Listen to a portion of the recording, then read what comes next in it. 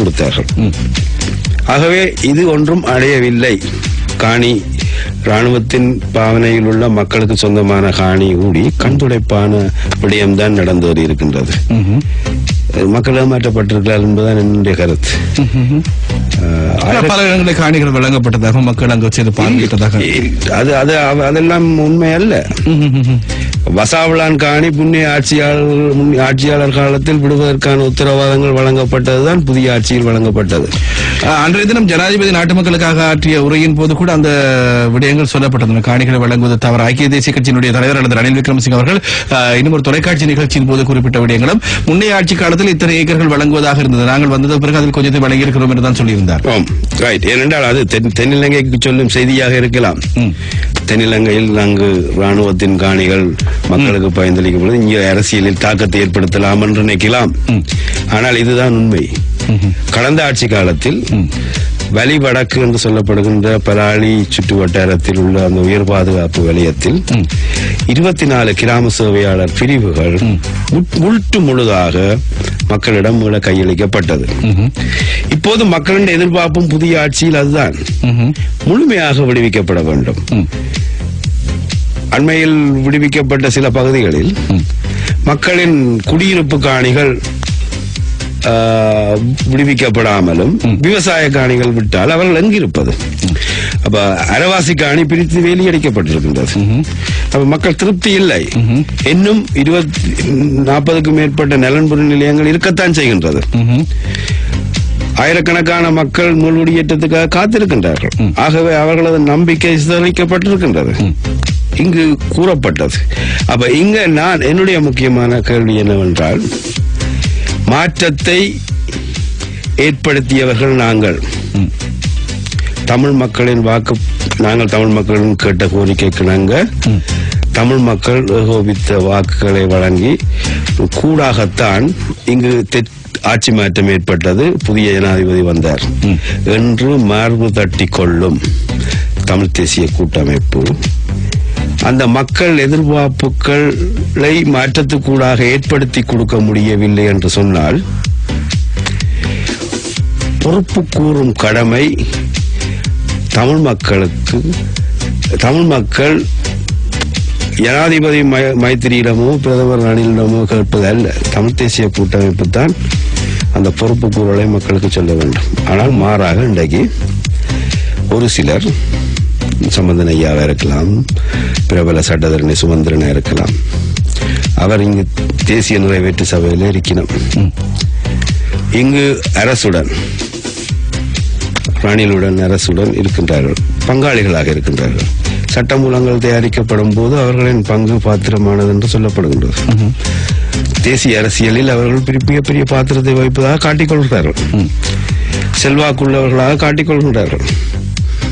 அங்கு தமிழரசு கட்சியின் தலைவர் மாவை சேனாதிராஜன் நேற்றும் கூடி பத்திரிகைகளுக்கு சொல்லி இருக்கின்றார், தமிழ் மக்கள் ஏமாற்றப்பட்டு விட்டார்கள் என்று. அப்ப இந்த தமிழ் தேசிய கூட்டமைப்புக்குள்ள இல்ல தமிழ் அரசு கட்சிக்குள்ள இரு வேறுபட்ட நிலைப்பாடு எங்களுக்கு காண்பிக்கப்படுகின்றது. வெளிப்படையாக, மறைமுகமாக இல்லை, வெளிப்படையாக இங்கு சொல்லப்படுகிறது. நாங்கள் இந்த அரசியல் தேசிய நிறைவேற்று சபையில் இருக்கின்றோம். கேபினெட், அதாவது மந்திரி சபைக்கு விட கூட அதிகாரம் உள்ள ஒரு அமைப்பில் இருக்கின்றோம், நாங்கள் இருக்கின்றோம். ஆகவே இங்கு தலைவிதியை மாற்றும் அதிகாரம் எங்களிடம் தரப்பட்டிருக்கின்றது என்று. ஆனால் அங்கு மக்கள் துயரங்கள் துன்பங்களுக்கான விடிவில்லை. தமிழ் மக்கள் வெறும் ஆளுநரை மாற்றுவதற்காகவும் சில அதிகாரிகளை மாற்றுவதற்காகவும் மட்டும் ஜனாதிபதி தேர்தல் வாக்களிக்கவில்லை. தமிழ் மக்கள் தங்களது எதிர்பார்ப்பை எதிர்பார்த்தார்கள். அப்ப நீங்கள் சொல்லக்கூடிய இந்த இரு பிரிவுகள், தமிழ் தேசிய கூட்டமைப்பில் ஒரு தரப்பினர் நாங்கள் தேசிய அரசு தேசிய ரீதியில் தலைமைத்துவத்தில் இருக்கின்றோம், இன்னும் ஒரு தரப்பினர் மக்களுடைய குறைகள் நிறைவேற்றப்படவில்லை என்பது இரண்டு தரப்பினருக்கும் இடையே புரிந்துணர்வோடு செய்யப்படுகின்ற ஒரு விடயமாக சொல்கிறீர்களா அல்லது உண்மை காணப்படுகிறது? அது வெளிச்சம் போட்டு காட்ட வேண்டியது உங்களது கடமை, ஊடகங்களின் கடமை. இதை ஆய்வு செய்து புலனாய்வு செய்து மக்களுக்கு சொல்ல வேண்டியது. ஏனென்றால் இதில் நடிப்பு நாடகமாக அரங்கேறுகின்றதா அல்லது உண்மையிலேயே இவர்கள் பிளவுபட்டுத்தான் கொள்கை ரீதியாக நிற்கின்றார்களா என்றது. ஏனென்றால் ஒருவர் சொல்கின்றார் ரணில் நல்லவர் என்று. அங்கு சொல்கின்றார் ரணில் மோசமானவர், தமிழரின் பலத்தை உடைத்தவர், குள்ள நெறி என்று அங்கு சில பாராளுமன்ற உறுப்பினர்கள் சொல்லினோம். தமிழரசு கட்சி, நாங்கள் தமிழ் தேசிய கூட்டமைப்பையும் தமிழரசு கட்சியையும் வேறுபடுத்தி பார்ப்போம். ஏனென்றால் முதலமைச்சர் கோபம் போட்டிருக்கிறார், ரணிலோட கோபமா இருக்கின்றாராம், பனிப்போராம். ஆனால் அதே கட்சியை சார்ந்த பாராளுமன்ற உறுப்பினர்கள் ரணிலின் கூட்டங்களில் மாவை சேனாதிராஜா நெல்லியடியில் ஒரு பிரபல கல்லூரியில் பிரதமர் யாழ்ப்பாணத்துக்கு வந்தவுடன் சேர்ந்து போறார். முதலமைச்சர் கோபம் என்கிறார்கள். அப்ப என்ன முதலமைச்சர், நாங்கள் தமிழ் மக்கள் ஆட்சியில் பங்கெடுக்காவிட்டாலும் ஆட்சி மாற்றத்தில் பங்கெடுத்திருக்கின்றார்கள். ஆட்சியில் பங்கெடுக்காட்டிலும் ஆட்சி மாற்றத்தில் பங்கெடுத்திருக்கின்றார்கள். ஆகவே அந்த பாகை அந்த பேரம் பேசும் சக்தி தமிழர்கள் இருக்கின்றது. அதுக்கு பொறுப்பாக தமிழ் தலைமை என்று தமிழ் தேசிய கூட்டமைப்பு இருக்கின்றது. அவர்கள் அதனை சரிவர செய்தார்களா? அப்ப இவர்கள் கோபம் போட்டுக் கொள்வதால் தமிழ் மக்களுக்கு என்ன நன்மை? ஆனால் நீங்கள் என்னத்தான் சொன்னாலும் அங்கே பாராளுமன்ற உறுப்புரிமையில் அதிகமாகவும், மாகாண சபையில் ஆட்சி அதிகாரத்தில் அதிகமாகவும், கிழக்கு மாகாண சபையில் ஆட்சியில் பங்காளர்களாகவும், உள்ளூராட்சி சபைகளின் ஆதிக்கத்தை கொண்டவர்களாகவும் அவர்களே இருக்கின்றார்கள். ஆகவே மேலிருந்து அடிமட்டம் வரை அவர்களுடைய வலையமைப்பு தான் அங்கு அதிகமாக இருக்கின்றது. ஆகவே நீங்கள் சொல்லக்கூடிய இந்த விமர்சனங்கள் அடிமட்டத்தை சென்று சேர்வதில்லை. இல்ல, இதுல தமிழ் மக்களுக்கு ஒரு புரிதல் இருக்க வேண்டும். தமிழ் மக்கள் தென்னிலங்கையில் மாற்றம் கொண்டு வருவதில்லை முக்கியமானது, தேசிய அரசியலில் மாற்றம் பெறுவதல்ல தமிழ் மக்களுக்கு முக்கியமானது. தமிழர் அரசியலில் மாற்றம் வேண்டும். தமிழர்கள் மாறி சிந்திக்க வேண்டும். கடந்த 50 வருடங்களாக தமிழர்கள் மாறி சிந்திக்கவில்லை. தமிழர்களுக்குள் மாற்றம், மாற்று அரசியல். நீங்கள் சுற்றி வளைத்து சொல்வது இனிமேல் பிரிவுக்கு வாக்களிங்கள் என்பதா? இல்ல, அப்படி அல்ல. அப்படி நான் நேரடியாக சொல்ல வரவில்லை.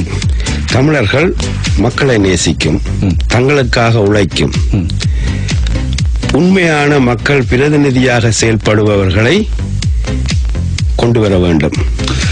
நீங்கள் ஆளும் கட்சியில் இருக்கின்ற பொழுது பல திட்டங்கள் முன்னெடுக்கப்பட்டது. அப்போதும் கூட இந்த ராணுவ கட்டுப்பாட்டில் இருக்கக்கூடிய பிரதேசங்களில் மக்களுக்கு ஏற்பட்ட சிக்கல்கள், மக்கள் அங்கு போய் குடியேறுவதில் ஏற்பட்ட சிக்கல்கள், இவையெல்லாம் நடந்த போது கூட தமிழ் தேசிய கூட்டமைப்பை சேர்ந்த சில பாராளுமன்ற உறுப்பினர்கள், மாகாண சபை உறுப்பினர்கள் தானே அந்த களத்திலே போய் நின்றார்கள்.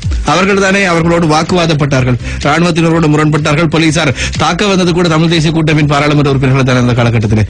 இல்லை, அதை நான் ஏற்றுக்கொள்கின்றேன், மறக்கவில்லை. அது அரசியல். நாங்கள் அரசியல் செய்யவில்லை.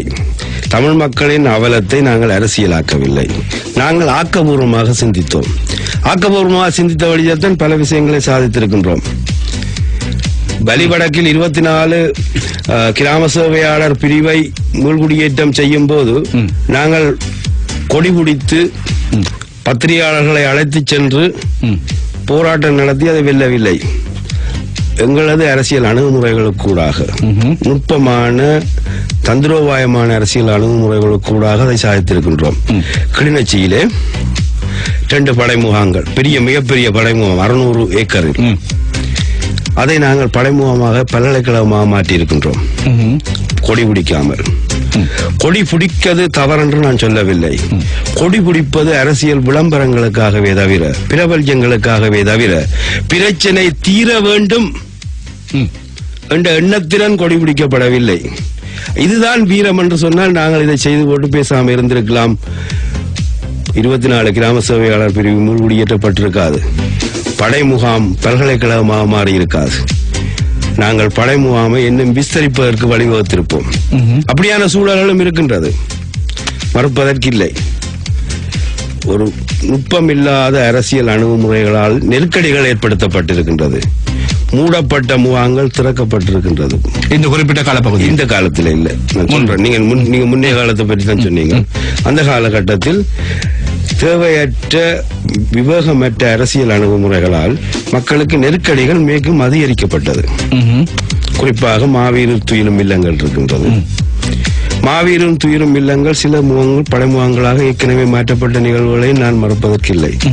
புதிதாக அந்த பாதுகாக்கப்பட்டது ஒரு காலத்தில் அந்த உறவுகள் பிள்ளைகளை இழந்த உறவுகள் அந்த மாவீரர் பூஜித்த இடங்கள் எதிர்காலத்தில் அது மீண்டும் புனரமைக்கப்பட்டு அதை ஏற்படுத்தலாம் என்ற நம்பிக்கையாக பாதுகாத்த இடங்கள் இவர்களின் மிகமற்ற அரசியல் நிலைமையால் படைமுகமாக வேகமுகமாக மாற்றப்பட்ட நிலைமைகள் கிளர்ச்சியில் இருக்கின்றது. மாவீரர் துயிலும் இல்லங்கள் இருக்க வேண்டும் என்கிற நிலைப்பாடில் நீங்கள் இருக்கின்றீர்களா? ஏனென்றால் அந்த உணர்வுகள் முக்கியமானது. மாவீரர் துயிலும் இல்லங்கள் அந்த பிள்ளைகளை இழந்த உறவுகள் பெற்றோர்கள் அவர்களுக்கு ஒரு மருந்தாக இருக்கின்றது.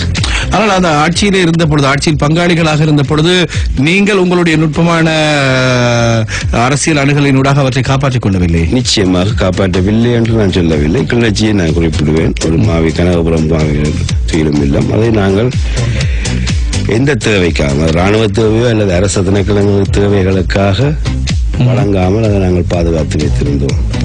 அந்த கரைச்சி பிரதேச சபை என்று சொல்லப்படுகின்ற தமிழ் தேசிய கூட்டமைப்பின் ஆளுமைக்குட்பட்ட பிரதேச சபை திடீரென பிரதேச சபையில் ஒரு முடிவெடுக்கின்றார்கள். அந்த இதை துப்புரவாக்க போகின்றோம் என்று. அடுத்த நாள் அங்கு ராணுவ முகாம் அமைக்கப்படுது. இதை நாங்கள் பாதுகாத்து வைத்திருந்தோம். ஏதோ ஒரு காலத்தில் இந்த தெற்கு ஆட்சியாளர்களும் அந்த நிலைமையை புரிந்து கொண்டு அதை நாங்கள் இன்னும் ஒரு புனித பிரதேசமாக மக்களின் விருப்பம் அப்படித்தான் இருக்கின்றது. அது நியாயமானதும் கூட. இவர்கள்லாம் படைமுகமாக்கினார்கள். இவர்கள் ஒரு முடிவெடுத்தால் அதை பாதுகாக்க முடியும் என்ற ஆளுமை இருக்க வேண்டும். அங்கு அவர்கள் முடிவெடுத்து விட்டு தூங்கி விட்டார்கள். இவர்கள் தூங்கி எழுவதற்கு முன் அங்கு முகாம் வந்து விட்டது. அப்ப இவர்கள் அதை தடுத்திருக்க வேண்டும். இப்ப உதாரணத்துக்கு வடக்கு மாகாண சபையில் கிட்டத்தட்ட 160க்கும் மேற்பட்ட பிரேரணைகள் நிறைவேற்றப்படுகின்றன. வீரமான பிரேரணைகள் தான். பிரேரணைகள் அடுத்த நாள் பத்திரிகைகளில் முன்பக்கத்தில் செய்திகளாக வரும். பிரேரணைகளை கொண்டு வந்தவர்கள் கதாநாயகர்களாக சித்தரிக்கப்படுவார்கள். ஆனால் பிரேரணைகளுக்கு பின்னால் உழைப்பில்லை. வட்டுவாளிலே பொதுமாத்தலனிலே உயிரிழந்த உறவுகளுக்கு நினைவு ஆலயம் அமைக்க வேண்டும் என்பது ஒரு தீர்மானம். தீர்மானம் நிறைவேற்றி ஒரு வருடத்துக்கு மேல் ஆகிவிட்டது.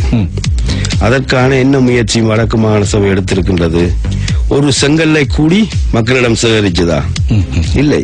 தீர்மானம் வெறும் வெற்று கோஷங்கள். தமிழ் மக்களுக்கு முயற்சி எதிராது.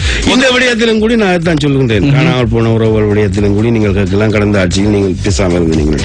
இல்லை, நாங்கள் பேசி இருக்கின்றோம். பாராளுமன்றத்தில் உரையாற்றி இருக்கின்றோம்.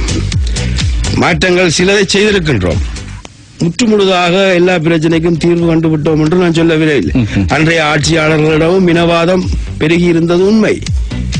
அதற்கு மத்தியிலும் தான் நாங்கள் சில விஷயங்களை செய்ய வேண்டியிருந்தது. அதாவது தண்ணிக்குள்ளால் நெருப்பு கொண்டு போவது போன்றது. மிகவும் கடினமான பணி. இலகுவாக வெளியில் இருந்து நீங்கள் என்ன சாதித்தீர்கள் என்று சொல்லலாம். நாங்கள் சாதித்த விடயங்கள் ஏராளம் இருக்கின்றது. ஆனால் ஒப்பீட்டு அளவில் நீங்கள் சாதித்த அளவு இந்த 100 நாட்களுக்குள் சாதிக்கப்படவில்லை. இல்லை, ஒன்றுமே இல்லை என்றுதான் நான் குறிப்பிடுவேன். சரி, ஆனாலும் இந்த ரகசிய முகாம்கள் பற்றி இப்பொழுது உங்களுடைய செயலாளர் நாயகம் அடிக்கடி பேசிக் கொண்டிருக்கிறது. சம்பந்தமாக பாராளுமன்றத்தில் கேள்விகளை எழுப்பிக் கொண்டிருக்கிறார். ஏன் முன்பு இது பற்றி கேள்வி எழுப்பவில்லை? முன்பு இந்த ரகசிய முகாம்கள் இருப்பதாக உங்களுக்கு தகவல் வரவில்லை? ஒரு பாராளுமன்றத்திலே நாடாளுமன்ற உறுப்பினர் சுரேஷ் பிரேமச்சந்திரன் அவர்கள் தான் இந்த திருகோணமலை பகுதியில் இந்த மாதிரி ரகசிய முகாம்கள் இருப்பதாக குற்றச்சாட்டுகளை முன்வைத்திருந்தார். அதனை பிரதமர் கூட மறுத்திருந்தார். ஆனாலும் மீண்டும் உங்களுடைய தலைவர் அந்த விடயம் பற்றி பேசிக் கொண்டிருக்கிறார். அவை பற்றிய விவரங்களை தாருங்கள் என்று கோரிக்கை விடுக்கிறார். முன்பு இது பற்றி அறிந்திருக்கவில்லையா? முன்பு காணாமல் போனவர்கள் இருக்கின்றார்கள் என்ற விடயம் தெரியும். ரகசிய முகாம்கள் இருக்கின்றது என்பது நாங்கள் அறிந்திருக்கவில்லை. உண்மையாக ஊகங்கள் வெளியிடப்பட்டது. குறிப்பாக சில முக்கிய தமிழீழ விடுதலை புலிகளின் முக்கிய உறுப்பினர்கள் பலாலியில் தடுத்து வைக்கப்பட்டிருக்கின்றார்கள். கட்நாயக விமான நிலையத்தில் வைக்கப்பட்டிருக்கின்றார் என்றெல்லாம் சொல்லப்பட்டது. ஆனால் அதற்குரிய ஆதாரங்கள் எங்களுக்கு வெளிப்படுத்தப்படவில்லை. நாங்களும் தேடுகின்றோம். குறிப்பாக ஈரோஸ் அமைப்பின் தலைவர் பாலகுமார் தொடர்பாக எங்களுக்கு கரிசனை இருந்தது. அவர் நீண்டகால போராட்டத்திலேயும் நீண்ட காலம் நல்ல ஒரு இடதுசாரி தலைவராக இருந்திருக்கின்றார். அவரையும் அவரது புதல்வரையும் விடுவிக்க வேண்டும் என்ற கரிசனை எங்களிடம் இருந்தது. நாங்கள் தேடி இருக்கின்றோம். ஆனால் எங்களால் கண்டுபிடிக்கப்பட வேண்டியில்லை. அன்றைய ஆட்சியில் இந்த ராணுவ கட்டமைப்பும் பாதுகாப்பு அமைச்சும் ஒரு இறுக்கமான தன்மையாத்தான் இருந்தது. சில சந்தர்ப்பங்களில் அது எங்களுக்கும் பாதிப்புகளை ஏற்படுத்தி இருக்கின்றது. ஆகவே நாங்கள் அந்த அளவுக்கு போக முடியாத சூழலை நான் ஏற்றுக்கொள்கின்றேன். அது எங்களுக்கு மட்டுமல்ல, உங்களுடைய வலையமைப்பை தாண்டி அந்த விடயங்களை தமிழ் தேசிய கூட்டமைப்பு அறிந்து வைத்திருக்கிறது என்பது உங்களுக்கு கொஞ்சம் வெட்கமாக இல்லையா? அதுதான் நாங்கள் கேட்கின்றோம். சரி, அது நான் வெக்கம் என்றால் நான் அதை ஒத்துக்கொள்கின்றேன். தமிழ் தேசிய கூட்டமைப்புக்கு அந்த புலனாய்வு தகவல்கள் கிடைத்திருக்கின்றது. அதைத்தான் நாங்கள் இப்போது கேட்கின்றோம். உண்மையிலே இருக்கிறதா அதை வெளிப்படுத்துங்கள். மறைக்க முற்படாதீர்கள், வெளிப்படுத்துங்கள். ஏனென்றால் மக்களிடம் இது ஒரு மிகப்பெரிய நெருப்பாக எரிந்து கொண்டிருக்கும் விடயம். காணாமல் போன விடயம் மிக நெருப்பாக எரிந்து கொண்டிருக்கும் விடயம். தங்கள் உறவுகளை தேடி அவர்கள் கண்ணீருடன் இருக்கின்றார்கள். அவர்களது வேதனை எங்களுக்கு புரிந்து கொள்ள முடியும் என்றால் நாங்களும் கட்சியாக எங்களது கட்சியின் பல உறுப்பினர்களை காணாமல் போயிருக்கின்றார்கள். அவர்களது உறவுகளின் வலி எங்களுக்கு நேரடியாக தெரியும். ஒரு கட்சியாக அந்த காணாமல் போன எங்களது தோழர்களின் குடும்பங்களை நாங்கள் கட்சியாக பராமரிக்கின்றோம். அவர்களது பிள்ளைகளை பராமரிக்கின்றோம். ஆகவே அந்த நெருக்கடியும் வலியும் எவ்வளவு துன்பமானது என்பது எங்களுக்கு தெரியும். இப்ப இன்று காணாம போன உறவுகளை வைத்து அரசியல் செய்பவர்களை விட எங்களுக்கு வலி அதிகம். ஏனென்றால் நாங்களும் பல தோழர்களை காணாமல் தேடிக்கொண்டிருக்கின்றோம். இது வடபகுதியில் இன்றைக்கு அரசியலில் ஈடுபட்டிருக்கக்கூடிய பல்வேறு கட்சிகள் ஏற்கனவே ஆயுத குழுக்களாக அல்லது போராளிகளாக இருந்தவர்கள் என்பதனால் இந்த வழி பொதுவான ஒரு வழியாகவே பார்க்கப்படுகிறது. அதை வைத்து அரசியல் செய்வது என்பதுதான் கேளிக்கைக்குரிய ஒரு விடயம் என்பதுதான் மக்கள் சொல்கின்ற விஷயம். ஆனால் அதை எந்த அளவுக்கு அரசியலுக்காக பயன்படுத்துகின்றார்கள், யார் அதிகமாக பயன்படுத்துகின்றார்களோ அவர்களுக்கு அதிக லாபம் கிடைக்கக்கூடிய காலநிலை காணப்படுவது அடுத்த ஒரு விஷயமாக அமைந்திருக்கிறது.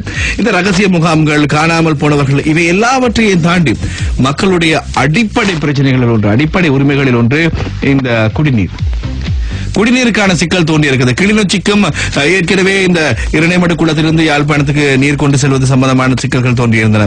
அதிலே முரண்பாடுகள் தோன்றியிருந்தது. எப்படி நாங்கள் வன்னியிலிருந்து யாழ்ப்பாணத்துக்கு நீர் கொடுப்பது என்கிற பிரச்சனை. இப்போது அங்கு கிணற்று நீரிலே கழிவு எண்ணெய் கலந்திருப்பது வெளியாகி இருக்கிறது. இந்த விடயங்கள் குறித்தும் நீங்கள் உங்களுடைய காலப்பகுதியில், நீங்கள் அமைச்சு பதவிகள் வகித்த காலப்பகுதியில், உங்களுடைய கட்சி ஆட்சியிலே பங்கெடுத்த காலப்பகுதியில் ஆக்கப்பூர்வமான நடவடிக்கைகள் எதனை முன்னெடுக்க முடியாமல் போயிருக்கிறது.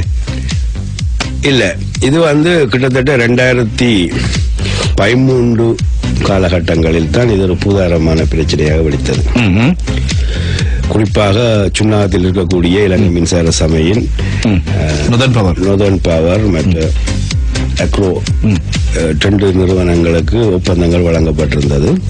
அவர்கள் மின்சார உற்பத்தியை டீசல் மூலம் இயக்கி அந்த டீசல் நிலத்துக்கடியில் சென்று கிணறுகளில் வெளியாகி இருந்தது. அப்ப இது தொடர்பாக அந்த பகுதி முடிவில் பிரதேச செயலகத்தின் ஒருங்கிணைப்பு குழு தலைவராக நான் இருந்திருக்கின்றேன். இந்த விடயம் அங்கு மக்கள் அமைப்புகளால் வெளிக்கொணரப்பட்டிருக்கின்றன. அந்த காலகட்டத்தில் அந்த சுன்னாகம் மின் நிலையத்துக்கு அருகாமையில் உள்ள 2-3 கிணறுகள் எண்ணெய் படிவுகள் தெரிகிறதா சொல்லப்பட்டது. நாங்கள் நேரில் சென்று பார்த்திருக்கின்றோம். மத்திய சுற்றாடல் அதிகார சபையை வரவழைத்து ஆய்வு செய்திருக்கின்றோம். அந்த ஆய்வுகள் தொடர்ச்சியாக மேற்கொள்ளப்பட்டு வந்திருக்கின்றது. பிற்பட்ட காலத்தில் 2014 போன்ற காலகட்டத்தில் தான் அந்த செறிவு அதிகமாக தூர இடங்களுக்கும் விசரித்து சென்றது. பல கிணறுகள், மக்கள் குடியிருப்புகளின் கிணறுகள், விவசாய கிணறுகள் எல்லாம் எண்ணெய் படிவங்கள் வந்தபோது அன்று அமைச்சராக இருந்த எங்களது கட்சியின் தலைவர் டாக்டர் சிவானந்தா அவர்கள் மந்திரி சபைக்கு விசேட பத்திரம் சமர்ப்பித்து, அமைச்சரவை பத்திரம் சமர்ப்பித்து அன்றைய நீர்வளங்கள் வடிகால் அமைப்பு அமைச்சின் செயலாளராக இருந்து இப்போது பாதுகாப்பு அமைச்சின் செயலாளராக இருக்கின்ற திரு பஸ்நாயக்கா அவர்கள் தலைமையில் மந்திரி சபை ஒரு கமிட்டியை நியமித்து ஆய்வு செய்தது. அந்த ஆய்வின் அறிக்கையின் இதுதான் அண்மையிலே இப்போது அமைச்சராக இருக்கின்ற திரு ரவு ஹக்கீம் அவர்கள் பாராளுமன்றத்திலே டாக்டர் ஸ்தவானந்த அவர்களின் கேள்விக்கு பதில் அளித்திருக்கின்றார். அந்த மின்சார சபையை சுற்றியுள்ள கிட்டத்தட்ட 2-2.5 கிலோமீட்டர் தூரத்தில் உள்ள எல்லா கிணறுகளிலும் 85% கிணறுகளில் எண்ணெய் படிவு இருக்கின்றது. அது மக்கள் குடிப்பதற்கு ஏற்றதல்ல. ஆனால் இது இப்படி இருக்க வடக்கு மாகாண சபை திடீரென இந்த எண்ணெய் கசிவு ஏற்பட்டிருக்கின்றது, மக்களுக்கு மிக ஆபத்து, குடிக்க முடியாது என்று சொல்லி அவர்களே அறிவித்து அவர்களே ஒரு நிபுணர்கள் குழு என்று சொல்லப்படுகின்ற இப்போது விமர்சிக்கப்படுகின்ற அவர்கள் நிபுணர்களை இல்லை என்று விமர்சிக்கப்படுகின்ற குழுவை போட்டு பிறகு அவர்களே சொன்னார்கள் தண்ணியில் பிரச்சனை இல்லை என்று, மக்கள் குடிக்கலாம் என்று.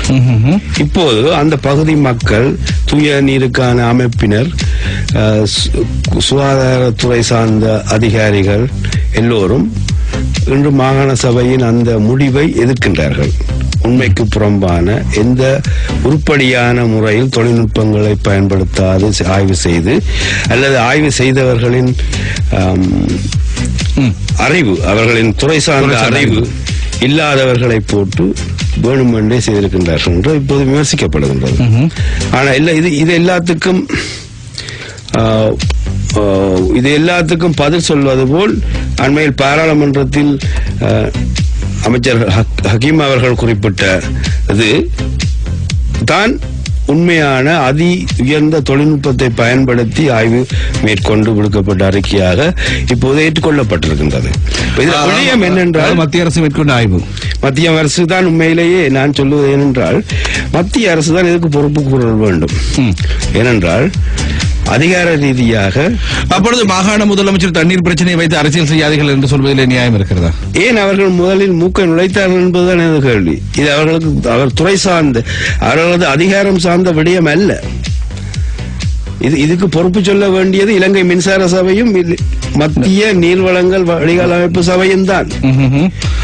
அவர்கள் அதை செய்து கொண்டிருக்கின்றார்கள். அவர்கள் தான் அதுக்கு பொறுப்பு. இதில் வரக்கூடிய பாதிப்புகள், மக்களுக்குரிய நட்டங்கள் ஈடு செய்ய வேண்டிய பொறுப்பு அரசாங்கம் சார்ந்தது, மத்திய அரசாங்கம் சார்ந்தது. இவர்கள் மத்திய அரசாங்கத்துக்கு ஒரு அழுத்த சக்தியாக அதை செய்திருக்க வேண்டுமே தவிர தங்கள் தலையில் போட்டுக் கொள்ள வேண்டிய அவசியம் இருக்கவில்லை. ஆக இந்த பிரச்சனைக்கு மாகாண சபை தலையிட வேண்டிய அவசியமே இல்லை. இது மாகாண சபை என்ற அதிகார வரம்புக்கு அப்பாற்பட்ட விடயம் என்பதுதான் என முக்கியமானது. ஏன் அவர்கள் அதில் தலையிட்டார்கள்? சில நேரங்களில் அவர்களின் கீழ் சுகாதாரத்துறை இருப்பதால் அதில் தலையிட்டிருக்கலாம் என்று சொல்லலாம். அல்லது சுற்றுச்சூழலின் சில பகுதிகள் அவர்களை சார்ந்த இருந்தால் சொல்லப்படலாம்.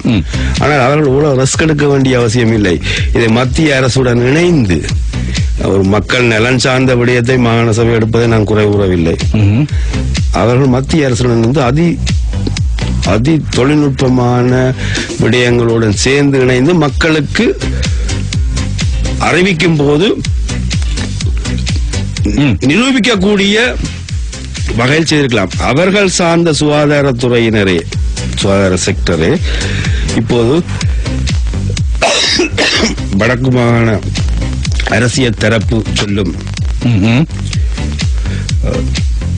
சொல்லும் அறிக்கையை எதிர்க்கின்றார்கள். சார், இது இப்போதைக்கு நடந்திருக்கக்கூடிய விஷயங்கள் இவை. இருப்பினும் அந்த மாகாண சபையினுடைய அறிக்கை கூட மத்திய அரசுக்கு இதுவரைக்கும் கிடைக்கவில்லை என்று அமைச்சர் ரவு ஹக்கீம் பாராளுமன்றத்தில் சொல்லியிருந்தார். நான் கேட்டிருந்தேன். அதே போல இன்னும் ஒரு விஷயத்தை நாங்கள் கேட்க வேண்டும். இதற்காக இப்பொழுது குறிப்பிட்ட அளவு நிதி ஒதுக்கப்படுகிறது. இந்த நிதி ஒதுக்கீடு இதனை செயற்படுத்துவதற்கு இன்னும் 2 ஆண்டுகள் எடுக்கும் என்று கூட அமைச்சர் பாராளுமன்றத்தில் சொல்வதாக அறிந்தோம். அப்படியானால் அமைச்சர் சொன்னது என்னென்றால், நானும் அந்த சந்தர்ப்பத்தில் ஒரு குறுக்கு கேள்வி அவரிடம் கேட்டிருந்தேன். இந்த நான் கேட்டிருந்தேன், வடக்கு மாகாண சபை ஒரு அறிவு அதற்கு முற்றுமுழுதான முரண்பட்ட அறிக்கையை நீங்கள் இங்கு சொல்றீர்கள், மக்கள் இதை ஏற்றுக்கொள்வதென்று.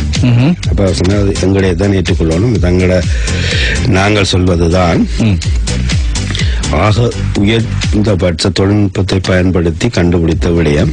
ஆகவே இதுதான் சரியானதாக இருக்கும். அவர்களின் அறிக்கையை நாங்கள் அமைச்சர் ரீதியாக கேட்டிருக்கின்றோம், ஆனால் அவர்கள் இதுவரைக்கும் அனுப்பி வைக்கவில்லை. ஆகவே இதைத்தான் மக்கள் நம்ப வேண்டும் என்பதை ஆணித்தரமாக சொல்லியிருந்தார்.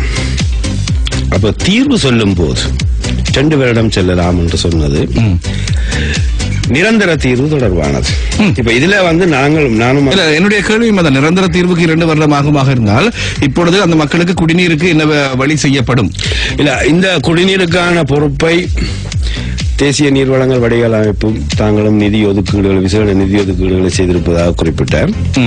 அதே நேரத்தில் உள்ளூராட்சி சபைகளுக்கும் பவுசர் மூலமாக தண்ணீர் வழங்குவதாக இருந்தால் அதற்கான செலவை மின்சார சபை ஏற்க வேண்டும் என்று சொல்லியிருந்தார். ஆனா மின்சார சபை இதுவரை அதற்கு பதிலளிக்கவில்லை, எந்த பதிலும் அளிக்கவில்லை. ஆகவே இது இந்த பிணக்கையும் மத்திய அரசு தான் தீர்த்துக் கொள்ள வேண்டும். சாதாரணமாக அரசியல்ல இந்த பந்து பரிமாற்றம் நடைபெறுவது இயல்பாக நடக்கக்கூடிய விஷயம். ஆனால் மக்களுடைய குடிநீர் சம்பந்தப்பட்ட ஒரு விஷயத்துல இவ்வாறு பந்து பரிமாற்றம் ஒவ்வொரு பக்கம் நடந்து கொண்டிருந்தால் இது எப்போது இது முடிவுக்கு கொண்டு வரப்படும்? இளைஞர்கள் வெட்ட வெயிலில் உட்கார்ந்து அரசியல்வாதிகளை எங்கள் பக்கம் வராதிகள் வந்தால் துரத்தி அடிப்போம் என்று சொல்லி ஆர்ப்பாட்டம் செய்து உண்ணாவிரதம் செய்யக்கூடிய ஒரு நிலை உருவாகி இருக்கின்ற பொழுது இதற்கு ஒரு அரசியல் பிரமுகராக அந்த பிரதேசத்தை பிரதிநிதித்துவப்படுத்துவதாக என்ன முடிவினை வழங்கலாம் என்று நினைக்கிறீர்கள்? இல்ல, நிச்சயமாக இதற்கு நிரந்தர தீர்வை பற்றி தான் யோசிக்க வேண்டும். ஏனென்றால் இப்போதைக்கு 2 வருஷத்துக்கு அப்புறம் குடிச்சா போதுமா? இல்ல, நான் சொல்றேன் என்றால் இது ஆரை தண்டிப்பது என்ற விடயத்தை நாங்கள் சமகாலத்தில் முன்னெடுக்கும் போது நிரந்தர தீர்வை பற்றி சிந்திக்கணும். இப்ப இது வெறும் சுண்ணாம்பு பிரச்சனை அல்ல. யாழ்ப்பாண மாவட்டத்தின் யாழ்ப்பாண குடாநாடு முழுக்க இந்த சிக்கல் இருக்கிறது. நீர் எண்ணெய் கசிவு கூடான சுகாதார பிரச்சனை மட்டுமல்ல, அங்குள்ள ஒட்டுமொத்தமான நீரே மக்களின் உடல்நலத்துக்கு கீழானது என்பதை பல ஆய்வுகள் நிரூபிச்சிருக்கின்றன. அப்ப இதனால் தான் யாழ்ப்பாணத்துக்கு குடிநீர் தேவை என்பதை அடிப்படையாக வச்சுக்கொண்டு ஆசியா அபிவிருத்தி வங்கியில் 21,000 மில்லியன் ரூபாய் செலவில் இரணமடுவில் இருந்து யாழ்ப்பாணத்தை குடிநீர் கொண்டு போற திட்டம் பல ஆண்டுகளுக்கு முன்னெடுக்கப்பட்டது. எல்லாம் சாத்தியமாக நிறைவேற்றும் போது அங்கு அரசியல், இதில் தான் அரசியல் கலக்கப்பட்டது. சில விவசாய அமைப்புகளை இந்த திட்டத்துக்கு எதிராக மாற்றி தமிழ் தேசிய கூட்டமைப்பு சில பாராளுமன்ற உறுப்பினர்கள் அரசியல் செய்தார்கள். நானும் கிளிநொச்சி மாவட்டத்தை பிரதிநிதித்துவப்படுத்துபவன். கிளிநொச்சி மாவட்ட மக்களோட ஒன்றிணைந்து செயல்படுபவன். அங்க உள்ள விவசாயிகள் பாதிக்கப்படாமல் அந்த நீரை கொண்டு செல்ல வேண்டும், பாதிக்கப்படுவார்கள் என்றால் கொண்டு செல்லக்கூடாது என்பதுதான் எனது கருத்து. ஆனால் பல சந்தர்ப்பங்களில் ஆசியா அபிவிருத்தி வங்கியும் விவசாய அமைப்புகள் துறை சார்ந்த அதிகாரிகள் பல பேச்சுவார்த்தைகள் மத்தியில் பல விவசாயிகளின் கோரிக்கைகள் ஏற்றுக்கொள்ளப்பட்டு இறுதி தீர்மானம் பெறும்போது மீண்டும் அரசியல் குழப்பங்களை ஏற்படுத்தி அது தடுக்கப்பட்டது. என்னை பொறுத்தவரையில் யாழ் குடாநாட்டுக்கு நீர் கொண்டு செல்லப்பட வேண்டும் எங்கிருந்தாவது. அது இரணமடுவா இருக்கலாம், வேறு ஏதோ ஒரு வழியிலேயாவது. இதுக்குள்ள யாரும் அரசியல் செய்யக்கூடாது. யாழ்ப்பாண மக்களின் இரணைமடுவிலிருந்து நீர் கொண்டு செல்வதற்கு வேறு எந்த தடைகளும் இல்லையா? அதாவது இரணைமடுவிலிருந்து நீர் கொண்டு செல்லப்படுவதனால் அந்த பகுதியைச் சேர்ந்த மக்கள் பாதிக்கப்படக்கூடிய வாய்ப்புகள் இருக்கிறதா இல்லையா? பல ஆய்வுகள் செய்யப்பட்டு அவர்களுக்கு இப்போ இரணமடுவில் இருந்து பயன்படுத்தும் நீரை விட அதிகமான நீரை வழங்கக்கூடிய ஏற்பாடுகள் செய்யப்பட்டு மிஞ்சிற நீரைத்தான் யாழ்ப்பாணத்துக்கான குடிநீராக கொண்டு செல்லும். யாழ்ப்பாணம் மட்டுமல்ல, இரணைமடுவின் அளவை உயர்த்தி அதில் நீரை அதிகமாக சேமித்து வழக்கமாக இருக்கின்ற அளவை விட மேலதிகமான நீரை தான் வடக்கு, அதாவது வருடம் இந்த காலபோகத்தின் போது, மழை காலங்களின் போது கடலுக்கு செல்லும் நீரை தடுத்து சேமித்து கட்டையான உயர்த்தி அதன் மூலம் புறப்படும் நீரைத்தான் கொண்டு செல்லும் என்றது அந்த திட்டம் சொல்கின்றது. இதனால் பயன்பட போவது வெறும் யாழ்ப்பாணம் இல்லை, கிட்டத்தட்ட யாழ்ப்பாண குடாநாட்டில் இருக்கக்கூடிய தீவு பகுதி போன்ற நீர் பிரச்சனைக்கு விட மோசமான பிரதேசம் பூநகரி பிரதேசத்தில் இருக்கின்றது. நீரின்மையால் மக்கள் இடம்பெயரும் நிலைமை அங்கு இருக்கின்றது. அந்த மக்களுக்கும் இந்த கிளர்ச்சி இடமலிருந்து குடிநீர் கொடுத்துத்தான் மீதிதான் அங்காள போகுது, பழைய போன்ற பிரதேசங்களுக்கும் கொடுத்து. ஆகவே இதுல கிளிநொச்சி யாழ்ப்பாண மக்கள் நன்மை பெற இருந்தார்கள். விவசாயிகளுக்கு பாதகமாக நாங்கள் முடிவெடுக்க போவதில்லை. விவசாயிகளுக்கு இன்னும் உத்தரவாதம் தரப்பட்டது. அதாவது இரணமட குளத்தின் நீரந்தும் பகுதி விஸ்தரிக்கப்பட்டு அளவு அதிகரிக்கப்பட்டு சேமிக்கப்பட்டு இன்னும் பல பிரதேசங்கள் புதிதாக 2000 ஏக்கருக்கு மேற்பட்ட ஏக்கர்களுக்கு நீர்ப்பாய்ச்சலுக்கு வசதிகள் ஏற்படுத்தி கொடுத்து, கால்வாய்கள் எல்லாம் சீர் செய்யப்பட்டு, பாலங்கள் எல்லாம் சீர் செய்யப்பட்டு, பல்வேறு திட்டங்கள் கூடாக இரணமடு மற்றது இந்த இதுல வெறும் யாழ்ப்பாண குடிநீர் பிரச்சனை மட்டுமல்ல, இரணமடு குளம் மிகவும் பலவீனமான நிலையில் இருக்கின்றது. மாரி காலங்களில் தண்ணீர் வெளியேற்றப்படும் போது கிட்டத்தட்ட 10க்கு மேற்பட்ட இடங்களில் கசிவுகள் நீர்க்கசிவுகள் இருக்கின்றது. மிக இன்னும் சில நேரங்களில் நீரை வெளியேற்றுவதில் தடங்கல்கள் ஏற்பட்டால் ஒரு குறிப்பிட்ட அளவு தான் வெளியேற்றலாம். முழு கதவுகள் திறந்தாலும் குறிப்பிட்ட அளவு தான் வெளியேறும்.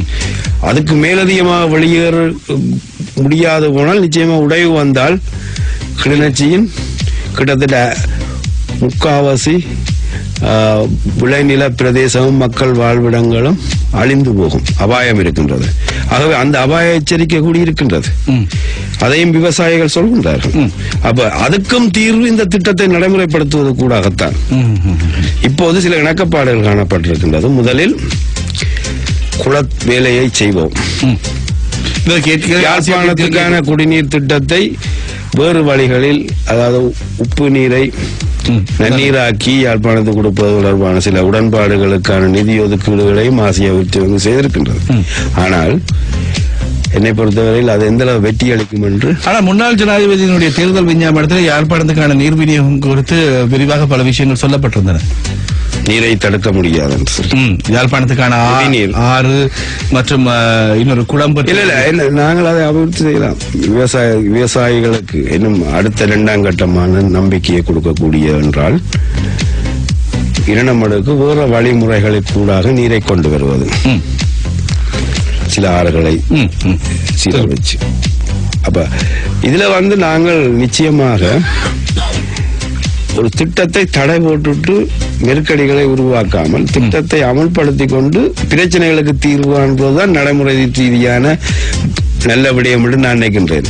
இது இப்ப யாழ்ப்பாணத்துக்கு நாங்க நீங்க குறிப்பிட்டது போல சுண்ணாத்துக்கு 2 வருஷத்துக்கு அப்புறம் நிரந்தர தீர்வு 2 வருஷம் மட்டும் மக்கள் என்ன பௌசல் மூலமாக எடுக்கிறது நியாயமான கேள்வி.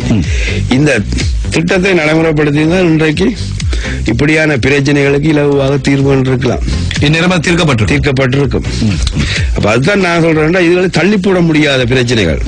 தள்ளி போடுவதால் சுகாதார சீர்கேடுகள் ஏற்பட்டு மக்களின் உயிரிழப்புகள், தீராத வியாதிகள் ஏற்படுத்தக்கூடிய சூழலை, நெருக்கடிகளை நாங்கள் சந்தித்துக் கொண்டிருக்கின்றோம் என்பதுதான் முக்கியமானது. இது தூய நீருக்கான போராட்டங்கள் முன்னெடுக்கப்படுகின்ற பொழுது கவனஈர்ப்பு நடவடிக்கைகள், போராட்டங்கள் என்று சொல்ல முடியாது. இளைஞர்கள் எந்த விதமான அரசியல் கட்சியும் சாராத பலர் அதில் ஈடுபட்டிருப்பதாக தான் நாங்கள் அறிந்தோம். கொழும்பில் இடம்பெற்ற அந்த கவனஈர்ப்பு நடவடிக்கைகள் போது நாங்களும் சென்று கலந்து கொண்டிருந்தோம். ஏனால் இது அந்த அளவுக்கு அடிப்படையான விஷயம். இதில் அரசியல் கலப்பின்றி அனைவரும் பங்கேற்க வேண்டும்.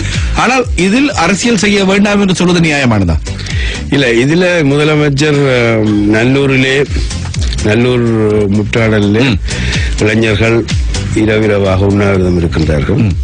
முதலமைச்சர் செல்கின்றார். பல வாத பிரதிவாதங்கள் உண்ணாவிரதம் இருந்த மக்களுக்கும் இளைஞர்களுக்கும் முதலமைச்சருக்கும் ஏற்படுகின்றது. முதலமைச்சர் உடனடியாக உண்ணாவிரதத்தை நிறுத்தும்படி வலியுறுத்துகின்றார். அவர்கள் மறுக்கின்றார்கள். வாதங்கள் வருகின்றது. அவர் கோபமாக வெளியேறுகின்றார். இதனால் நாங்கள் ஊடகங்கள்ல பார்த்தது, வீடியோ கிளிப்ஸ்லயும் பார்த்தது. அடுத்த நாள் அவர்களுக்கு இதுல அரசியல் பின்னணி இருக்கின்றது, அரசியலாக்கப்படுகின்றது என்று. எப்போதும் இது இவர்கள் பயன்படுத்தும் வார்த்தை. இந்த போராட்டங்கள் தங்களுக்கு எதிராக மாறினால் அது மக்கள் வாலண்டரியா தாங்கள் சுயாதீனத்தன்மையுடன் மக்கள் ஒரு இஷ்யூவை எடுத்து தாங்களாக போராடினால் அது தங்களுக்கு எதிராக வந்தால் உடனே அரசியல் பின்னணி இருப்பது என்று சொல்லுவார்கள். அது எங்களுக்கு எதிராக வந்தால் அரசியல் இல்லை என்று மக்கள் குழந்தெழுந்துள்ளார்கள் என்பார்கள். இது தமிழ் தேசிய கூட்டமைப்பின் அரசியல் வரலாற்றில் இது அடிக்கடி உச்சரிக்கப்படும்படி அதைத்தான் முதலமைச்சர் செய்கின்றார். அதைத்தான் முதலமைச்சரும் சொல்றார். உங்களுடைய கருத்து அவ்வாறு அமைந்திருக்கிறது? நிச்சயமாக. ஏனென்றால் நான் அடித்து சொல்வேன், தூய நீருக்கான போராட்டம் வெறும் தமிழ் தேசிய கூட்டமைப்புக்கு எதிரான போராட்டம் அல்ல, எல்லா மக்கள் பிரதிநிதிகளுக்கும் எதிரான போராட்டம், எங்களுக்கும் எதிரான போராட்டமாகத்தான் நாங்கள் கருதுகின்றோம். அப்படி அவர்கள் கருதினபடியாத்தான் எந்த அரசியல்வாதியும் பெறக்கூடாது உங்களே அறிவித்திருக்கிறோம். உங்களுக்கு எதிரானதோ அல்லது மக்கள் பிரதிநிதிகளுக்கு எதிரானதோ என்பதை விட நியாயமான போராட்டத்தை நாங்கள் ஏற்றுக்கொள்றோம். அதுதான், அதனால் தான் நாங்கள் பாராளுமன்றத்தில் குரல் கொடுத்திருக்கின்றோம். உங்களது அமைச்சர் டாக்டர் சிவானந்த் அவர்கள் இது ஒரு நெருப்பாக எரிந்து கொண்டிருக்கும் ஒரு பெரிய முக்கியமான பிரச்சனை. அரசியல் தலைவர்கள் இதனை கையில் எடுக்காத போது மக்கள் அரசியல் தலைவர்களை அதில் தலையிட அழுத்த சக்தியாக இருந்திருக்கிறது. இது நல்ல விஷயம். இது இப்படித்தான் மாற வேண்டும். பல அரசியல் சில பேர் அரசியலுக்காக காணாம போனவரின் கண்ணீரை அரசியலாக்குகின்றார்கள். அவர்களை வாகனங்களிலே அழைத்து சென்று ஸ்லோக அட்டைகளை கொடுத்து சொல்லுகின்றார்கள். 1000 ரூபாயும் சாப்பாடும் கொடுத்து போராட்டம் நடத்துகின்றார்கள். அவர்களது கண்ணீரை இங்கே அரசியலாக்குகிறார். இதுதான் அரசியல். இந்த அரசியலை நாங்கள் சொன்னால் அதை அவர்கள் ஏற்றுக்கொள்ளப் போகிறார்களா? நீங்கள் மக்களின் காணாம போன உறவுகளின் கண்ணீரை அரசியலாக்குகிறீர்கள் என்று நாங்கள் சொன்னால் ஏற்படுவதால் தங்களுக்கு எதிராக மாறும் போராட்டத்தை மட்டும் உடனடியாக அவர்களுக்கு அரசியல் முலாம் பூசி ஒரு இளைஞர்களின் சுயாதீனமான தாங்களாக முன்வந்த போராட்டத்தை கொச்சப்படுத்துவது போல அவர்கள் அதை சொல்லி இருக்கின்றார்கள், அரசியலாக்காதீர்கள் என்று. ஏனென்றால் அவர்களுக்கு அந்த தீர்வை பெற்றுக் கொடுக்க முடியவில்லை. இதை இவர்கள் தான் கையில் எடுத்தார்கள். அனாவசிய விடயமாக தீர்வு கொடுக்க முடியாத விடயமாக. இப்போது அரசியலிலே பல கதைகள் இருக்கின்றது. நோதோன் பவருக்கும் சில தமிழ் தேசிய கூட்டமைப்பின் முக்கியஸ்தர்களுக்கும் இடையில் சில உடன்பாடு இருக்கின்றது என்று பேச தமிழகத்தின் மக்கள் மன்றம் நிகழ்ச்சியோடு இணைந்திருக்கின்ற மக்கள் மன்றம் நிகழ்ச்சிக்காக நாங்கள் இன்றைய தினம் எங்களுடைய கலையகத்துக்கு அழைத்து வந்திருப்பது ஈழ மக்கள் ஜனநாயக கட்சியினுடைய பாராளுமன்ற உறுப்பினர், அதே போல பாராளுமன்ற குழுக்களின் பிரதி தலைவர் முருகேசு சந்திரகுமார் அவர்களே. நடைமுறை அரசியல் பற்றியும் வடபகுதியின் அரசியல் நிலவரங்கள், அங்கு இருக்கக்கூடிய அபிவிருத்தி திட்டங்கள் பற்றியும் இப்போதைய நிலவரம் பற்றியும் அவர் தெளிவாக எடுத்துக் கூறியிருந்தார். 100 நாட்கள் நிறைவடைந்து 102 நாட்கள் ஆகியிருக்கிறது. இப்போது இந்த ஆட்சியினுடைய தேர்தல் விஞ்ஞாபனத்திலே இவர்கள் குறிப்பிட்டது போல செய்திருந்தால் இந்த நேரம் பாராளுமன்றம் கலைக்கப்பட்டிருக்க வேண்டும். பாராளுமன்றம் பெரும்பாலும் மே மாதம் முதல் வாரத்தில் கலைக்கப்படக்கூடிய வாய்ப்புகள் இருப்பதாக அறியக்கூடியதாக இருக்கிறது நம்பகரமான வட்டாரங்களிலிருந்து. ஜோன் கெரி அமெரிக்க ராஜாங்க செயலாளர் வந்து சென்றதன் பின்னர் பாராளுமன்றம் கலைக்கப்பட்டதன் பின்னர் தேர்தலுக்கு முகம் கொடுக்க வேண்டும். நீங்களும் அடுத்த முறையும் பாராளுமன்றம் வரும் உத்தேசம் இருக்கிறதா? தேர்தலில் போட்டியிட வேண்டும் இருக்கிறதா? நிச்சயமாக. வடமாகாணத்தில் யாழ் தேர்தல் மாவட்டத்தில் உங்களுடைய தேர்தல், நீங்கள் முகம் கொடுக்க போகின்ற இந்த பொது தேர்தலில் ஈழ மக்கள் ஜனநாயக கட்சியினுடைய முக்கியமான விஷயங்களாக அல்லது தேர்தல் கோஷங்களாக முன்வைக்க திட்டமிட்டிருக்கும் விடயங்கள் எவையாக இருக்கும்? நிச்சயமாக நாங்கள் அபிவிருத்தி அரசியலை தான் வலியுறுத்துவோம். ஏனென்றால் நான் ஏற்கனவே குறிப்பிட்டது போல் அபிவிருத்தியில் நாங்கள் விலகி நிற்க முடியாது. அந்த அளவுக்கு பல சகாப்த கால அபிவிருத்தி பின்னடைவு உள்ள சமூகத்தின் பிரதிநிதிகளாக நாங்கள் இருப்பதால் அதிலிருந்து எங்களால் வேறுபட்டு அரசியல் செய்ய முடியாது. அதே நேரத்தில் தமிழ் மக்களின் அரசியல் அபிலாசைகளை பூர்த்தி செய்யும் நடைமுறை சார்ந்த தமிழ் மக்கள் விட்டுக் கொடுக்க முடியாத உரிமைகளை பெற்றுக் கொடுப்பதற்கான இதில் இன்னும் தீவிரமான அரசியல் அணுகுமுறையை நாங்கள் பின்பற்றுவோம் எதிர்வரும் தேர்தலின் பின்பு. ஏனென்றால்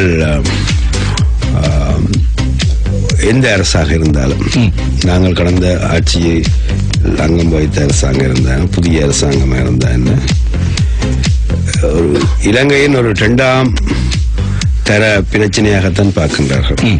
புதிய ஆட்சி மாற்றத்தில் எதிர்பார்ப்புகள் இருந்தது. குறைந்தபட்சம் ஐக்கிய தேசிய கட்சி ஆட்சி எதிர்கட்சியாக இருக்கும்போது தமிழர் விடயங்களில் அவர்கள் ஆர்வம் ஆட்சி வந்தபோது இல்லை. இதைத்தான் எல்லாரும் செய்கின்றார்கள். எதிர்கட்சியாக இருக்கும்போது தமிழர்களுக்கு நண்பர்களாக இருக்கின்றார்கள். இது இந்த துரேசமாசமான போக்கு எங்களுக்கு சர்வதேச அரசியலிலும் இருக்கின்றது. கொழும்பு தங்களிடம் முட்டுப்பட்டால் எங்கள் பிரச்சனையை கையில் எடுப்பார்கள். அது இந்தியாவாக இருந்தால் மேற்குலகமாக இருந்தால். கொழும்பு நண்பனானால் எங்களை கைவிட்டு விடுவார்கள். 83களிலிருந்து அந்த நிலைமையை பார்க்கின்றோம். 83 ஜே.ஆர். ஜெயவர்தனாக்கும் டெல்லிக்கும் முருகல் வந்தபோது நாங்கள் ஆயுத பயிற்சி அளிக்கப்பட்டு போராட நண்பர்களானோம். பிறகு ஜே.ஆர். ராஜீவ்காந்தியின் காலில் விழுந்த போது அல்லது இணங்கின போது எங்களிடமிருந்து துப்பாக்கிகள் பறிக்கப்பட்டது. நாங்கள் எதிரிகளாக்கப்பட்டோம். இது உள்நாட்டு சர்வதேச அரசியல் எங்களுடைய நிலைமை. எல்லாட்ட நிகழ்ச்சி நிரலுக்கு நாங்கள் பயன்படுத்தப்படும் சமூகமாகத்தான் இருக்கின்றோம். எதிர்கட்சியாக இருப்பவர்கள் ஆளுங்கட்சியாக வந்தால் எங்களை கவனிக்க மாட்டார்கள். ஆளுங்கட்சியாக இருக்கிறவர்கள் எதிர்கட்சிக்கு வந்தால் எங்களுடன் நண்பனாக கதைப்பார்கள். ஆகவே நாங்கள் இப்போதையும் அந்த மாதிரி நட்பு உருவாகி இருக்கு. இப்ப நாங்கள் கற்றுக்கொண்ட பாடங்கள் அரசியலில் இந்த போக்குகளை நீண்ட காலமாக அவதானித்த அடிப்படையில் எதிர்காலத்தில் தமிழர் அரசியல் ஒரு தீர்க்க தரிசனமான பலத்துடன் இதில் அர்ப்பணம், தமிழர் மக்களின் தேவைகளை பூர்த்தி செய்யும் அர்ப்பணமும் இருக்க வேண்டும். பிரச்சனையை உண்மையாக தீர்க்க வேண்டும் என்ற நிதானமும் போக்கும் இருக்க வேண்டும். எங்கள் அரசியலில் பிரச்சனையை தீராத பிரச்சனையாக இருந்தால்தான் அரசியல் இருப்பு இருக்கும் என்ற ஒரு நிலைப்பாடு கொண்டவர்களும் இருக்கின்றார்கள்.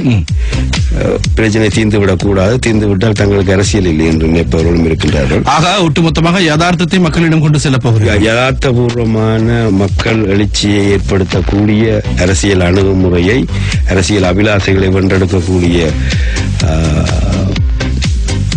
புதிய பொறிமுறை ஒன்றை நாங்கள் தமிழ் மக்களிடம் கொண்டு சென்று அதற்குரிய ஆதரவை பெறும் நிலைமையை நாங்கள் உருவாக்குவதற்காக தயாராக இருக்கின்றோம். பெரும்பாலும் வரப்போகின்ற பொது தேர்தல் புதிய தேர்தல் முறைமைகள் நடைபெறக்கூடிய வாய்ப்புகள் காணப்படுவதாகவும் பேசப்படுகிறது. 20வது திருத்தச் சட்டம் மூலம் 27ஆம் தேதி வரையில் பாராளுமன்றத்தில் கொண்டு வரப்படக்கூடிய வாய்ப்புகள் காணப்படுவதாக சொல்லியிருக்கிறார்கள். 29ஆம் தேதி 28க்கு பிறகு. ஆக இந்த நிலையில் தொகுதிவாரி பிரதிநிதித்துவம் அல்லது விகிதாசார பிரதிநிதித்துவம் இரண்டும் கலந்த பிரதிநிதித்துவம் இவ்வாறான நிலைமைகள் வருகின்ற பொழுது எங்களுடைய மக்களுடைய பிரதிநிதித்துவங்கள் காப்பாற்றப்பட வேண்டிய நிலை காணப்படுது. வடகிழக்கை தவிர்த்து வெளியில் பார்த்தாலும் அது சிறுபான்மை சமூகத்துக்கு பாதிப்புகளை ஏற்படுத்தாத வண்ணம் இருக்க வேண்டும் என்கிறதே நீங்களும் குறியாக இருப்பீர்கள். குறிப்பாக சிறு கட்சிகள் இதில் பாதிக்கப்படக்கூடிய வாய்ப்புகள் இருக்கின்றன. மக்கள் விடுதலை முன்னணி, ஜனநாயக கட்சி போன்ற சிறுபான்மை கட்சிகளோடு இந்த கட்சிகளும் என்னை பொறுத்தளவுக்கு வடமாகாணத்தை பொறுத்தளவுக்கு உங்களுடைய கட்சியும் இந்த பட்டியலுக்குள் வரக்கூடிய ஒரு கட்சியாக இருக்குமாக இருந்தால் நீங்கள் முன்வைக்கக்கூடிய தேர்தல் முறை மாற்றங்கள் எவ்வாறானதாக இருக்கும்? இல்ல, தேர்தல் முறை மாற்றம் ரெண்டு பிரதான கட்சிகள், குறிப்பாக ஐக்கிய தேசிய கட்சி, ஸ்ரீலங்கா சுதந்திர கட்சிகள் தங்களது தேர்தல் பரிந்துரைகளை வச்சிருக்கின்றார்கள். நினைக்கிறேன் நன்மையில மந்திரி சபையில தீர்மானத்துக்கு எடுக்கப்பட்டது ஸ்ரீலங்கா சுதந்திர கட்சி அல்லது தினேஷ் குணவர்த்தனா அவர்களின் தேர்தல் சீர்திருத்த கமிட்டி பரிந்துரைகள் பல பகுதிகளை எடுத்து தயாரிக்கப்பட்டதாக இருக்கின்றது. தேசிய நிறைவேற்று குழுவில் வைக்கப்பட்டது ஐக்கிய தேசிய கட்சி என்று சொல்லப்படுகின்றது. இதை விட நாங்கள் அண்மையில் ஒரு 10 நாளுக்கு முன்பு இலங்கையில் இருக்கக்கூடிய சகல சிறுபான்மை சிறு கட்சிகள் கிட்டத்தட்ட 32 கட்சிகள், அது பாராளுமன்றத்திலும் அமைப்புகளும் பாராளுமன்றத்தில் இருக்கக்கூடிய கட்சிகளும் பாராளுமன்ற வெளியால் இருக்கக்கூடிய கட்சிகளோடும் ஒரு நீண்ட கலந்துரையாடல் ஒன்று நிறுத்தியிருந்தோம். அதில் ஒரு எல்லாற்ற கருத்தும் ஒன்றாக இருந்தது. பழைய தேர்தல் முறைதான் சிறுபான்மை சிறு கட்சிகளுக்கு பிரதிநிதித்துவத்துக்கான உத்தரவாதத்தை கொடுக்கும் என்ற ஒரு நடைமுறையில் இருக்கக்கூடிய விகிதாசார பிரதிநிதித்துவ முறை தான் சிறுபான்மை சிறிய கட்சிகளுக்கு அவர்களது பிரதிநிதித்துவத்துக்கு உத்தரவாதம் தரக்கூடிய இருக்கும். அதுதான் ஆக அதி உச்சமான ஜனநாயக வெளிப்பாடான தேர்தல் முறையாக இருக்கும் என்றெல்லாம் சொல்லப்பட்டது. பல கருத்துக்கள் பரிமாறப்பட்டு ஏதோ ஒரு அடிப்படையில் ஒரு இணக்கப்பாடு இருந்தது. இந்த சிறிய சிறுபான்மை கட்சிகளின் அவர்களை புறக்கணித்து அவர்களின் நலன்களுக்கு எதிராக ஏதாவது தேர்தல் முறை ஒன்று அறிமுகப்படுத்தப்பட்டு ஏற்றுக்கொள்ள பாராளுமன்றத்தில் வருமா என்றால் எதிர்க்கும் நிலைமை போக்கொண்டிருக்கின்றது. இதை அடிப்படையாக வச்சு அங்கு அந்த கூட்டத்துக்கு கூட ஒரு செய்தி இந்த இரு கட்சிகளுக்கும் தலைமைகளுக்கும் தெரியப்படுத்தப்பட்டிருக்கின்றது. இப்போது 3-4 நாட்களுக்கு முன்பு மீண்டும் கூடி ஒரு எக்ஸ்பர்ட் கமிட்டி ஒன்று இது தொடர்பாக நிபுணர் குழு ஒன்று நியமிக்கப்பட்டு அவர்கள் ஒரு எல்லா இந்த சிறிய கட்சி சிறுபான்மை கட்சிகளின் பிரதிநிதித்துவத்தை பாதுகாப்பதற்கான ஒரு பொறிமுறையை தயாரித்துக் கொண்டிருக்கிறார்கள். அதை அடிப்படையாக வைத்து இந்த நாட்டின் பிரதமர், ஜனாதிபதி, பிரதமர், எதிர்கட்சி தலைவர் போன்றவர்களை கொடுத்து எங்களது இதை உள்ளடக்கியதான தேர்தல் திருத்த சட்டத்தை நாங்கள் ஆதரிக்க முடியும். ஏனென்றால் நான் நம்புகின்றேன் கிட்டத்தட்ட 70 பாராளுமன்ற உறுப்பினர்களை கொன்ற சிறிய கட்சிகள் இருக்கின்றது. இவர்களின் ஆதரவில்லாமல் இந்த தேர்தல் திருத்தத்தை மாற்ற முடியாது.